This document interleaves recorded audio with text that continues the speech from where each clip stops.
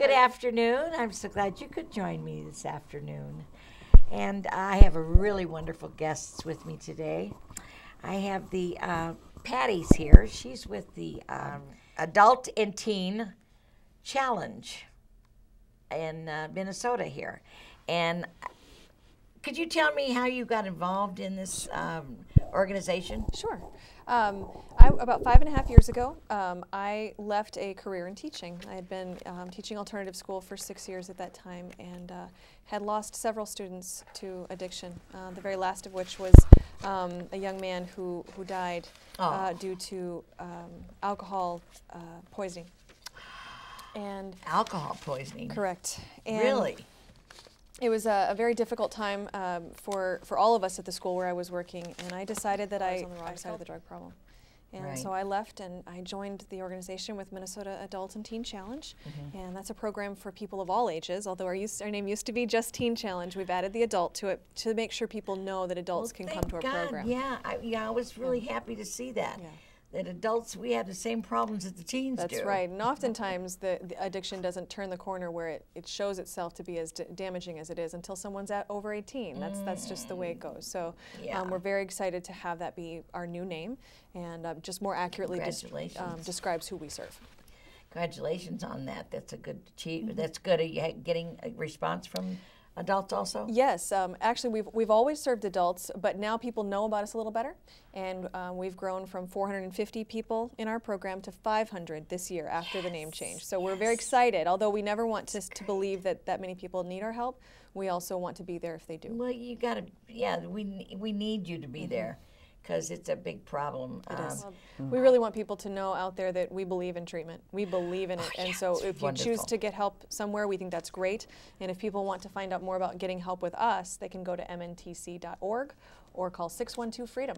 And we'd love to talk with them about options. 612-FREEDOM. 612-FREEDOM. Should be pretty easy to remember. Pretty easy to remember. And Annie, could you tell me a little bit about your story, how you came to this Teen Challenge? Well, I grew up in. Yeah, sorry, okay. I'm a little Tell nervous. Me. Well, I grew up in New York, just with my mother alone. I was in a very abusive childhood, emotionally and physically abusive. Back then, you really didn't talk about it. You just sort of, kept it quiet in the family. But my grandmother she was really concerned, so she sent for me. She said that, I need to come to Minnesota. So I did. My mom shortly followed after, and the abuse continued. So I was a pretty quiet child and just kept to myself. I did well in school. I had a brother and sister she had, but usually the abuse just came out on me. So I just wanted to make her happy, pretty much, just get her approval. Yeah, right. So I just kind of catered to that, doing that for her. As I got older and left, I figured if I could just have this life in a paper, so the house, the husband, the cars, just everything would be okay, that I would be fulfilled, and then I would also make her proud. So I kind of went out for that venture, put myself through school, and to make your mom proud of you? Yes, because pretty much. She was a single parent, basically. I mean, you had all that on you. Yes. Kind of carried that, Yeah, and I always just had this internal feeling that I needed to please her.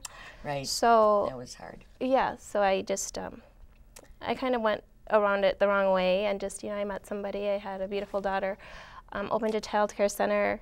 And then also he started a business, a tax office, which I helped with. And we kind of did that. But inside, as I was doing this, I really felt unfulfilled still. There was something really missing. So, and our relationship, it wasn't, I wasn't in love with him. It was more, sort of out of convenience. So I started. Did he buy you the white picket fence? No, we both worked very hard. But yeah, we kind of fit the profile of a very happy, happy little family. Out of a family, yes. So, but without being fulfilled inside, I moved on. I had left. He was also a little emotionally abusive. So. Oh, was he? And that I just wasn't going to tolerate, really. So I No. moved out with my daughter, and I started Good for drinking. Yeah, that was the good part. Good But for I you. did start drinking a little. I got a job at an You were airline. emotionally wreck. Yeah. Yes, I was. I really didn't know how to deal with my Yeah. feelings because I was Right. so used to suppressing them Right. for so long. Sure. So I got a job at an airline. I was working there for a while, which was really good. But then September 11th came, and while I was working there, I was a crew pay analyst, so I paid pilots for what they did. Just entailed a little bit more than payroll, but it was a good position. Wow, that was a good position. Yeah, and you got to fly for free, so Sure, man, that would be cool. That's the best. It was really nice. My daughter and I would leave every weekend. We'd go somewhere new, Sure. San Francisco, Santa Barbara, Yeah, so why not? it was nice.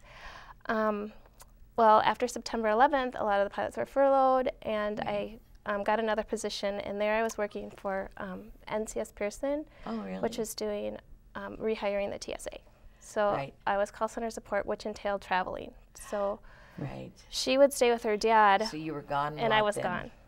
And I think like the first 3 months I was in Key West by myself, and so Oh, the Key West is part of town, Yeah. USA, honey. I know about the Key West. yeah. I mean, how would you not go to party, right? Well, yeah, and your work hours were pretty. We stayed at a resort, and then Yeah. and the people, my coworkers, after work we would always go out for drinks. There was Sure. I didn't have my family. I didn't have Sure. my You daughter. didn't have responsibilities. So it was easy for me Oh, to yeah. pick up the habit of drinking Sure. daily. And also it just, it kind of gave me Well, an it's a escape. party town. I mean, Yeah. you were in the environment you were in was conducive for that. Yeah. And then traveling with the job, still then I was in Colorado and Yeah. Abilene, Texas, and just different places that wherever they sent you. And then again with the same different kind of crew, but we'd drink after work. Sure. Usually, well, after the assignment ended, I came back and started working downtown Minneapolis in corporate, American Express. And with that, my drinking had gotten out of control. I was so used to it. I started bringing a flask to work, Whoops. and I was just drinking. That was hard on you. Oh, my Daily. God. That Yeah. was really hard. But I guess I did really well at work. They didn't really. I was Nobody too knew it. early, or yeah, it was too early, or I wasn't getting completely drunk Right. there. But I had it with me, Yeah. and You'd had it with you. I had it with me.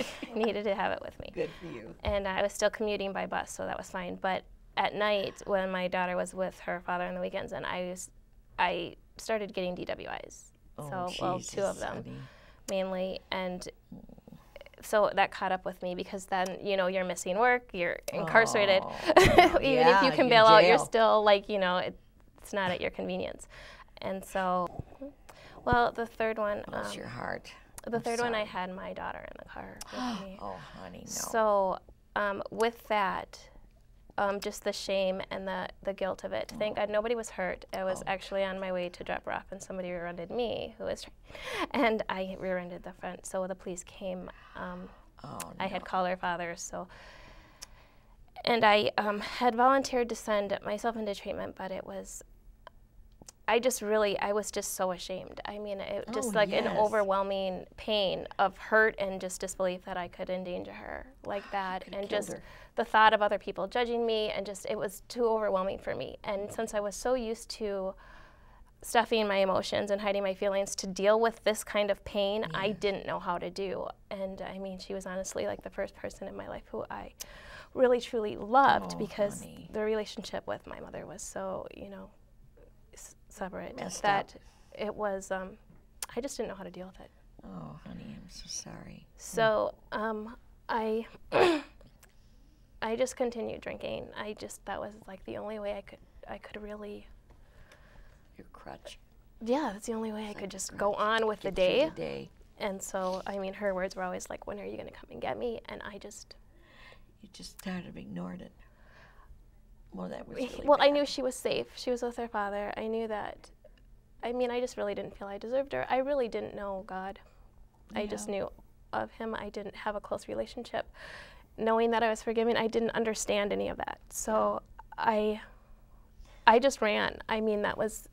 I just ran. And Ran since crazy. I flew for free, I ran to Hawaii, and then I ran Yeah. to North Carolina for a year. I got engaged, and then I Well, either came stand or back. fight or flight. Yeah, I got another one in North Carolina. I came back, and the judge is like, "What are you doing?"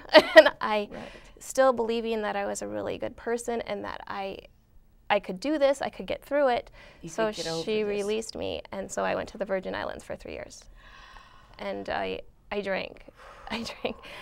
I worked. I bartended and Now you're into bartending. First you're Work with done. the airline, now you're bartending Yeah. and drinking more. Oh, no, God love you, no way. I worked on a yacht. I would be a bartender, served and Serve yourself on the side. absolutely. Oh, of course. Yeah, Oh, yeah.